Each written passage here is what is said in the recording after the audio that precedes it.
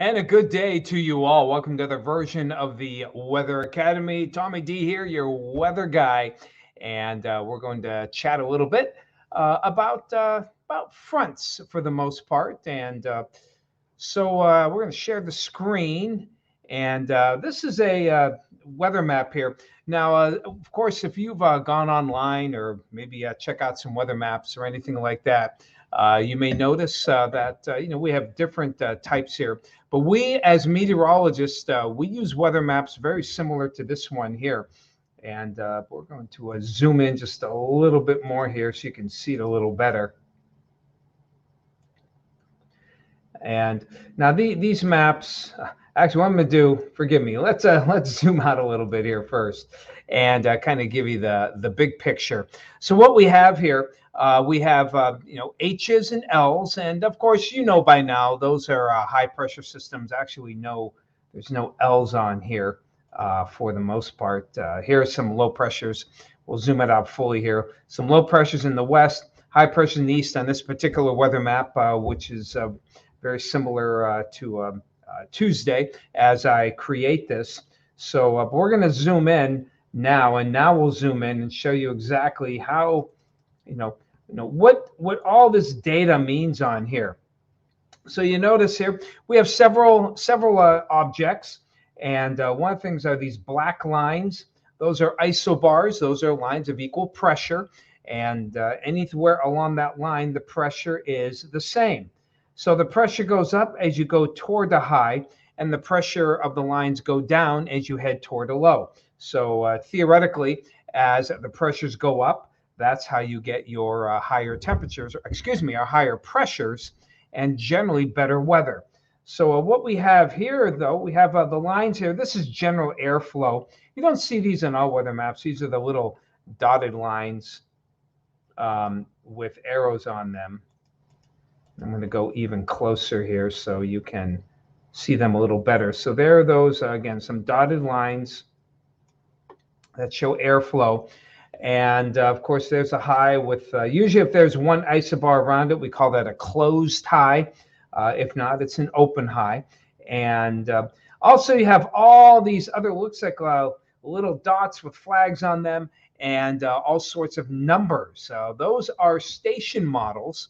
And we use those to help us determine, just what kind of weather is occurring at a particular area. Weather, we have to know where what the temperatures are, the humidity, the wind speed and direction, pressure, cloud conditions. How do you get that on a weather map, and how do you make it as efficient as possible to show all that information on one area? Well, that's what we use these station models for. So here I'm circling what is Erie, PA, and at this particular time, actually here, this is Meadville. I'm only picking them so that we don't have an isobar going across it there, so you can see all the data here. So what I like about this particular map is that it colorizes the numbers so they stand out. Some other maps use all black numbers. It doesn't really matter. But here, there's a lot of information that you can get from these METARs, and I'm going to move another one here. So each one of the METARs will look like this. So it's often called it's a station plot that has what are called METAR information. METAR is just a fancy name for all the data that you get at particular sites. So what we have here is a sample of it, and we get a lot of information from these station models. In the top left corner, that's the temperature.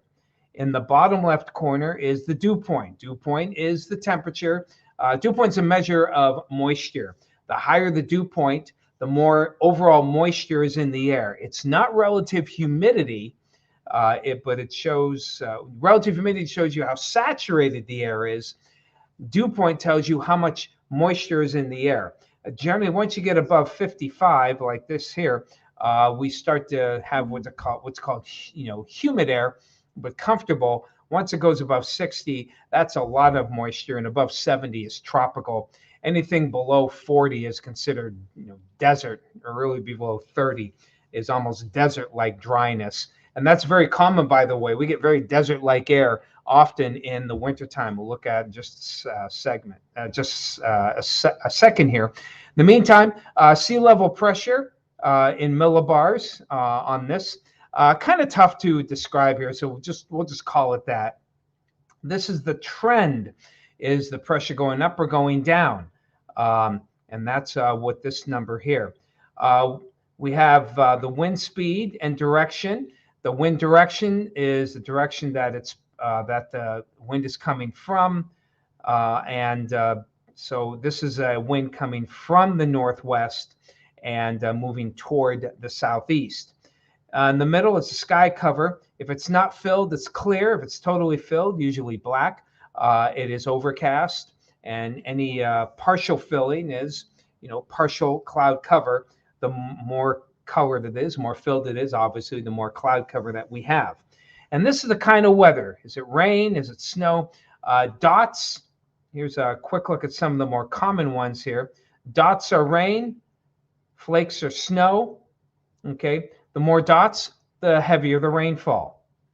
Then we have what are called showers as opposed to rain. What's the difference? Showers are more intermittent. They're on and off, whereas rain is usually a steadier one, and that's the same for snow. This little squiggly here is thunderstorm. This has rain with the thunder. This has snow. Sometimes we have usually hail with it. That's this right here. And we call it ice pellets here because it's hail and sleet. So we have drizzle, freezing rain, the little sideways S. Drizzle is that little comma or an apostrophe. Freezing rain is a solid dot. Fog, the more lines, the thicker the fog, and haze. So as we go back to here we see Meadville. So that, if you look at Meadville here, let me zoom in even just a little bit more so you can see the numbers a little better here. Center it up a bit. So in Meadville, at the time that this was taken, the temperature was 8 degrees. Dew point -4, so very dry. You wonder why your skin gets so dry in the wintertime. This is the pressure. In this case, it's 1,031.7. That's a pretty good high pressure. And it's hard to read the sky cover in this particular one, but we have some partial sky cover here of some clouds. So the winds are from the south-southeast, and one little flag means 5 miles an hour. So pretty light winds are with this particular station model. So that is the basic way that you can read a station model. And what we're going to do probably in the next several times that I do Weather Academy, we'll go a little bit more on how we use these station models to actually help determine how weather maps are drawn. But for now, hopefully you've enjoyed yourself, and that's a little bit on the Weather Academy. Take care, enjoy your day. We'll see you soon.